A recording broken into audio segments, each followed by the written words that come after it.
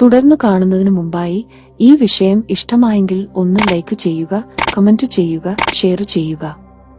നിങ്ങൾ പ്രകൃതിയെ ഇഷ്ടപ്പെടുന്നുവെങ്കിൽ ഈ ചാനൽ സബ്സ്ക്രൈബ് ചെയ്യുക.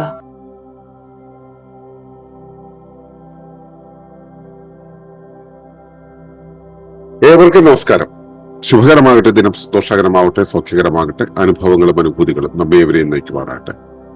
ഒളിമ്പസിന്റെ ഡീപ്പിക്കോളജിക്കൽ ഫെലോഷിപ്പ് എന്നുള്ള പരമ്പരയിൽ നമ്മൾ ഇന്ന് സംസാരിക്കുന്ന അത് ലാൻഡ് യൂസിനെ കുറിച്ചാണ്. എങ്ങനെയാണ് ഈ ഭൂവിനിയോഗം എന്നുള്ളത്, അതിനെക്കുറിച്ച് നമ്മുടെ സാമൂഹ്യ ദർശനം എന്താണ്, സുസ്ഥിര സാമൂഹ്യ ദർശനം എന്താണെന്നുള്ളതാണ്.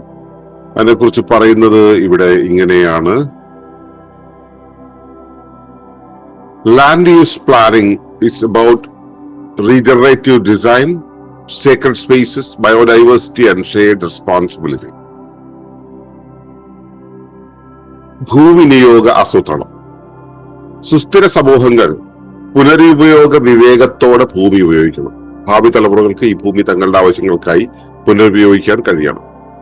ഭൂ ഉപയോഗത്തിനായി വ്യക്തമായ നിയമങ്ങളും പദ്ധതികളും വേണം. എവിടെ പണിയാം, എത്ര ഉപയോഗിക്കാം എന്ന് അതിൽ വ്യക്തമാകണം. കെട്ടിട നിർമ്മാണം പ്രകൃതിക്ക് ദോഷം വരുത്താത്ത രീതിയിലാകണം. റോഡുകളും കെട്ടിടങ്ങളും ചെയ്യുമ്പോൾ ജൈവ വൈവിധ്യം സംരക്ഷിക്കണം.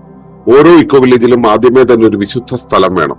അത് സമൂഹത്തിന് ദിശയും സുരക്ഷയും പ്രചോദനവും നൽകും. തുടർന്ന് സസ്യങ്ങൾക്കായുള്ള നഴ്സറിയും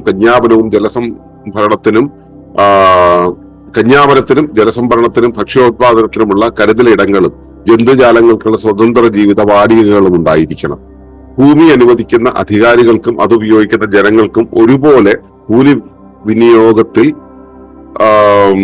ഉത്തരവാദിത്വം ഉണ്ടായിരിക്കണം. ഈ കൂട്ടുത്തരവാദിത്വം സമൂഹത്തിന്റെ ദീർഘകാല നിലനിൽപ്പിന് ഉറപ്പാക്കും.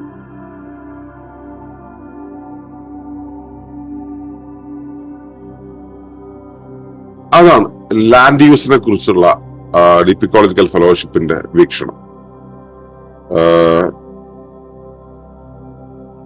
നമ്മൾ ഈ ലാൻഡ് യൂസ് ചെയ്യുന്നത്, ഞാനിപ്പോ ഇവിടെ ഇരിക്കുമ്പോൾ ഇപ്പോൾ ഇത് ഞാൻ ഉപയോഗിക്കുന്നു, ഇപ്പോൾ ഇത് എന്റേതാണ് എന്ന് മാത്രമേ നമുക്ക് ഉറപ്പിക്കാനാവൂ. ഞാൻ ഇവിടുന്ന് എഴുന്നേറ്റ് പോയി കഴിയുമ്പോൾ നമ്മുടെ ചുറ്റും വൃത്തികേടായിരിക്കുന്നെങ്കിൽ, ഉപയോഗിക്കാൻ പറ്റാത്ത രീതിയിൽ മാറിപ്പോവുകയാണെങ്കിൽ പലരും എന്ന് വെച്ച് കഴിഞ്ഞാൽ, ഇപ്പോ നമ്മളിപ്പോ ചെറുപ്പക്കാര് ഓണം ആഘോഷിക്കാൻ, ഇന്നിപ്പോ തിരുവോണം ആഘോഷിക്കാനായിട്ട് വനത്തിൽ കയറുന്ന പരിപാടി ഉണ്ടെങ്കിൽ, ഈ വനത്തിൽ പോകുമ്പോൾ ബിയർ കുപ്പികളും കൊണ്ട് പോയിട്ട് അത് തല്ലി ഉടച്ചിടുന്ന ഒരു അവസ്ഥയുണ്ട്. പിന്നീട് അവിടെ ആർക്കും പോകാൻ കഴിയാത്തൊരവസ്ഥ. അതുപോലെയാണോ സത്യത്തിൽ നമ്മളൊരു സ്ഥലം ഉപയോഗിക്കേണ്ടത്? ഇപ്പൊ നമ്മള് ചില ആളുകളെ കണ്ടിട്ടുണ്ടാവും. ഒരാൾ ഇരിക്കുന്നു, അയാൾ അവിടെ ഇരുന്നിട്ട് അയാൾക്ക് വേണ്ടുന്ന ഭക്ഷണ വസ്തുക്കളൊക്കെ കഴിക്കുന്നു, അയാൾ ആ സ്ഥലത്തെ ഉപയോഗിക്കുന്നു. അതിനുശേഷം അയാൾ എഴുന്നേറ്റ് പോകുമ്പോൾ ആ സ്ഥലത്തെ മുഴുവൻ പഴയ രൂപത്തിൽ, ഒരുപക്ഷെ പഴയ രൂപത്തിൽ എന്നുള്ളതല്ല, ഏറ്റവും ചന്തമായ രൂപത്തിൽ റീഫോം ചെയ്തിട്ട് മറ്റൊരാൾ അവിടെ വന്നു കഴിഞ്ഞാൽ അവിടെ ഇയാൾ ഇരുന്നതിന്റെ യാതൊരു തെളിവും അവശേഷിപ്പിക്കാതെ മുൻപോട്ട് വന്നു. അപ്പോ സുസ്ഥിര സമൂഹങ്ങൾ ഈ പുനരുപയോഗ വിവേകം സൂക്ഷിക്കണം എന്നാണ് പറയുന്നത്. ഭൂമിയെ കുറിച്ചുള്ള പുനരുപയോഗത്തിന്റെ വിവേകം. ഇത് വിവേകം മാത്രമല്ല, ദൗത്യം കൂടെയാണ്, ഉത്തരവാദിത്വം കൂടെയാണ്. ഭാവി തലമുറകൾക്ക് ഈ ഭൂമി തങ്ങളുടെ ആവശ്യങ്ങൾക്കായിട്ട് പുനരുപയോഗിക്കാൻ കഴിയണം എന്ന ബോധം ഉണ്ടായിരിക്കണം. അപ്പോ ഇത് ഒരു സംസ്കാരമായിട്ട് നമ്മൾ തുടരണം. അതിന് സംസ്കാരമാകണമെങ്കിൽ ആദ്യം ഉറപ്പായിട്ടും നിയമവും നിഷ്കർഷകളൊക്കെ വേണ്ടിവരും. അപ്പോ വ്യക്തമായ നിയമങ്ങളും പദ്ധതികളും അവിടെ വേണം. ഒരു കമ്മ്യൂണിറ്റിയിൽ, സസ്റ്റൈനബിൾ കമ്മ്യൂണിറ്റിയിൽ വ്യക്തമായി ലാൻഡ് യൂട്ടിലൈസേഷനെ കുറിച്ചുള്ള വ്യക്തമായ ഡിസൈൻ അവിടെ ഉണ്ടായിരിക്കണം. അതായത് എവിടെ പണിയാം, എത്ര ഉപയോഗിക്കാം, എങ്ങനെ പണിയാം, ഉപയോഗശേഷം അതിന്റെ അവസ്ഥ എന്തായിരിക്കും എന്നുള്ളതെല്ലാം തന്നെ ഈ നിയമത്തിൽ വ്യക്തമാകണം. ഒളിമ്പസിന് അങ്ങനെ ഒരു കൃത്യമായിട്ടുള്ള കാഴ്ചപ്പാടുണ്ട്. അത് മുഴുവനായിട്ടും പാലിക്കാൻ പറ്റുന്ന രീതിയിലുള്ള കെട്ടിട നിർമ്മാണം ആയിരിക്കണം നമ്മൾ പിന്തുടരേണ്ടത്. ഈ റോഡുകളും കെട്ടിടങ്ങളും ഒക്കെ ചെയ്യുമ്പോൾ, അതായത് നമ്മളൊരു സ്ഥലത്തൊരു സംഭവം ചെയ്യുന്ന സമയത്ത് അത് അവിടെയുള്ള പരിസ്ഥിതിയിൽ മാറ്റം വരുത്താൻ സാധ്യതയുണ്ടെങ്കിൽ ഉറപ്പായിട്ടും ശ്രദ്ധിക്കണം. പ്രകൃതിക്ക് ദോഷം വരാത്ത രീതിയിൽ അത് ചെയ്യണം. പരിസ്ഥിതിക്ക് ദോഷം വരാത്ത രീതിയിൽ അവിടെ ചെടികളെ ഇപ്പോ പുല്ലാണെന്നിരിക്കട്ടെ, പുല്ലാണെങ്കിൽ അത് തൽക്കാലത്തേക്ക് മാറ്റിയാലും പിന്നീട് അത് അവിടെ മുളച്ചു വരും. നമ്മൾ അവിടെ കുറച്ച് നാൾ ഉപയോഗിക്കാതെ ഇട്ടാൽ പിന്നീട് മുളച്ചു വരും. അതുകൊണ്ട് പുല്ല് ചെത്തിയൊക്കെ നമുക്ക് അവിടെ ഒരു കാര്യം ചെയ്യുന്നതിന് വലിയ തെറ്റൊന്നുമില്ല. ചെറിയ ചെടികളൊക്കെ ആണെങ്കിലും നമുക്ക് മാറ്റാം. വൻചെടികളൊക്കെ ആണെങ്കിൽ, വൻമരങ്ങളും ഒക്കെ ആണെന്ന് വെച്ചാൽ അവയെ മാറ്റാതെ ചെയ്യാൻ തന്നെ നമ്മൾ സംരക്ഷിക്കേണ്ടതുണ്ട്. അപ്പോൾ റോഡുകളും കെട്ടിടങ്ങളും ചെയ്യുന്ന സമയത്ത് ജൈവ വൈവിധ്യം സംരക്ഷിക്കാൻ നമുക്ക് കഴിയണം. ഇതില് ഈ ലാൻഡ് യൂട്ടിലിറ്റിക്ക് ലാൻഡിനോടുള്ള നമ്മുടെ മതിപ്പുണ്ടല്ലോ, ലാൻഡിന്റെ മതിപ്പ് എന്ന് വെച്ചാൽ ലാൻഡിന്റെ മതിപ്പ് വില എന്നുള്ള അർത്ഥത്തിലല്ല കേട്ടോ, ലാൻഡിനോടുള്ള നമ്മുടെ റെസ്പെക്ട് എന്നുള്ള സംഭവം. ആ റെസ്പെക്ട് സൂക്ഷിക്കാനായിട്ട് ഈ ലാൻഡിന്റെ ഒരു ഭാഗത്തെ തന്നെ ഒരു ഡിവൈൻ അല്ലെങ്കിൽ സേക്രഡ് സ്പേസ് ആയിട്ട് കണക്കാക്കണം.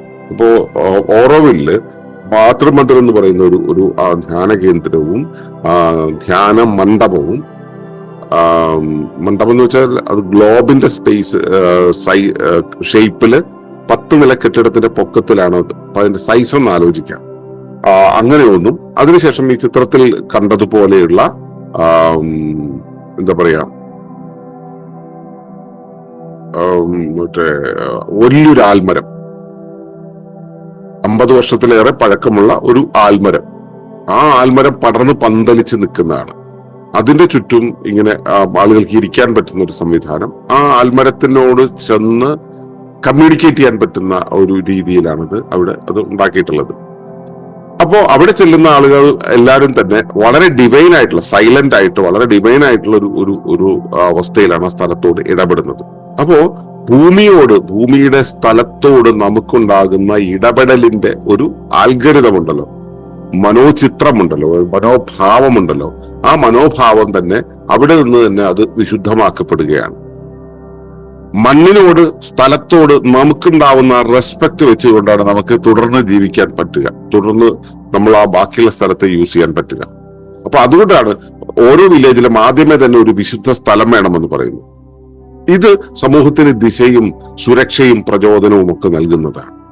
നിങ്ങൾ നിങ്ങളുടെ വീട്ടില് ഒരു ചെറിയ ഭാഗത്ത് പ്രേയറിന് വേണ്ടിയിട്ട്, അല്ലെങ്കിൽ കാരണവന്മാർക്ക് വേണ്ടിയിട്ട്, അല്ലെങ്കിൽ ഗുരുക്കന്മാർക്ക് വേണ്ടിയിട്ട്, അല്ലെങ്കിൽ ഈശ്വര സങ്കല്പത്തിന് അല്ലെങ്കിൽ നിസ്കാരത്തിന് വേണ്ടിയിട്ട് നിങ്ങളൊരു സ്പേസ് മാറ്റിവെക്കുന്നുണ്ടെങ്കിൽ അവിടെ എത്തുമ്പോൾ നിങ്ങൾ സൈലന്റ് ആവുകയും അവിടെ എത്തുമ്പോൾ നിങ്ങളുടെ പ്രവർത്തനങ്ങൾക്കെല്ലാം ഒരു ഒതുക്കം വരികയും ക്രമം വരികയും അച്ചടക്കം വരികയും ചെയ്യും അല്ലെ. അപ്പൊ അത് ഉറപ്പായിട്ടും നിങ്ങൾക്ക് ദിശയും സുരക്ഷയും പ്രചോദനം നൽകുന്നുണ്ട്. അപ്പൊ അതുപോലൊരു സ്പേസ് ഈ ലാൻഡ് യൂട്ടിലിറ്റിയുടെ ഭാഗമായിട്ട് തുടക്കത്തിലേ നമ്മൾ കണ്ടിരിക്കണം ഒരു സ്ഥലം യൂസ് ചെയ്യുമ്പോൾ. അതുപോലെ തന്നെ സസ്യങ്ങൾക്ക് തുടർന്ന് അവിടെ വളരേണ്ടുന്ന സസ്യങ്ങൾക്കുള്ള ഒരു നഴ്സറി ഉണ്ടാകുന്നത് നന്നായിരിക്കും. ഒരു ഇക്കോ വില്ലേജ് ഒക്കെ ഉണ്ടാവുന്ന സമയത്ത് അവിടെ ഏറ്റവും ആദ്യം വേണ്ടുന്ന ഒരു കാര്യം നഴ്സറിയാണ്. ഈ നഴ്സറിയിൽ നിന്നും വളർത്തിയെടുക്കുന്ന ചെടികളെ പിന്നീട് സ്ഥിരമായിട്ട് വളർത്താനുള്ളതാണ് കന്യാവനം. മനുഷ്യന്റെ ഇടപെടലില്ലാതെ സ്വയമേവ വളരേണ്ടതാണ് കന്യാവനം. എങ്കിലും തുടക്കത്തിലെ കന്യാവനത്തിന്റെ നിർമ്മിതിക്ക് നമ്മൾ നഴ്സറിയിൽ വളർത്തിയെടുക്കുന്ന ചെടികളാണ് ഉപയോഗിക്കുക. അങ്ങനെ ഒരു കന്യാവനത്തിലുള്ള സ്പേസ് വേണം. എന്നുവെച്ചാൽ ഭൂമി എന്ന് പറയുന്നത് വനം നിറഞ്ഞതാണ്. അതിന്റെ ഇടയിൽ എവിടെയോ ജീവിച്ചു വന്നവനാണ് മനുഷ്യനും മറ്റു ജീവജാലങ്ങളും. അവനത് വെട്ടിയൊതുക്കിയ ആ സ്ഥലം അങ്ങനെയല്ല, വനം നിറഞ്ഞതാണ് എന്ന ബോധ്യം നിലനിർത്താൻ വേണ്ടി തന്നെയാണ് ആ വനത്തെ പുനഃസൃഷ്ടിക്കുക എന്നുള്ളതാണ് കന്യാവനം കൊണ്ട് ഉദ്ദേശിക്കുന്നത്. അതിനൊരു ശല്യമില്ലാതെ, ചെറിയ ചെടികൾക്ക് ശല്യമില്ലാതെ വളർത്തിയെടുക്കാനാണ് നഴ്സറി. കുറച്ചു കാലം കഴിയുമ്പോൾ ഇതൊന്നും പാടില്ല, നഴ്സറിയും പാടില്ല, കന്യാവനവും എന്നുള്ളൊരു കോൺസെപ്റ്റും പാടില്ല. അവിടെ വനം മാത്രമേ ഉണ്ടാകാവൂ. ആ രീതിയിലേക്ക് അത് പരിവർത്തനമുണ്ടാകും. അപ്പോൾ നഴ്സറിക്കും കന്യാവനത്തിനുമുള്ള ഒരു റിസർവ് ഇടം, നമ്മൾ റിസർവ് ഫോറസ്റ്റ് എന്നൊക്കെ പറയുന്ന പോലെ റിസർവ് ചെയ്തിട്ടുള്ള ഒരു സ്പേസ് നമുക്കവിടെ ഉണ്ടായിരിക്കണം.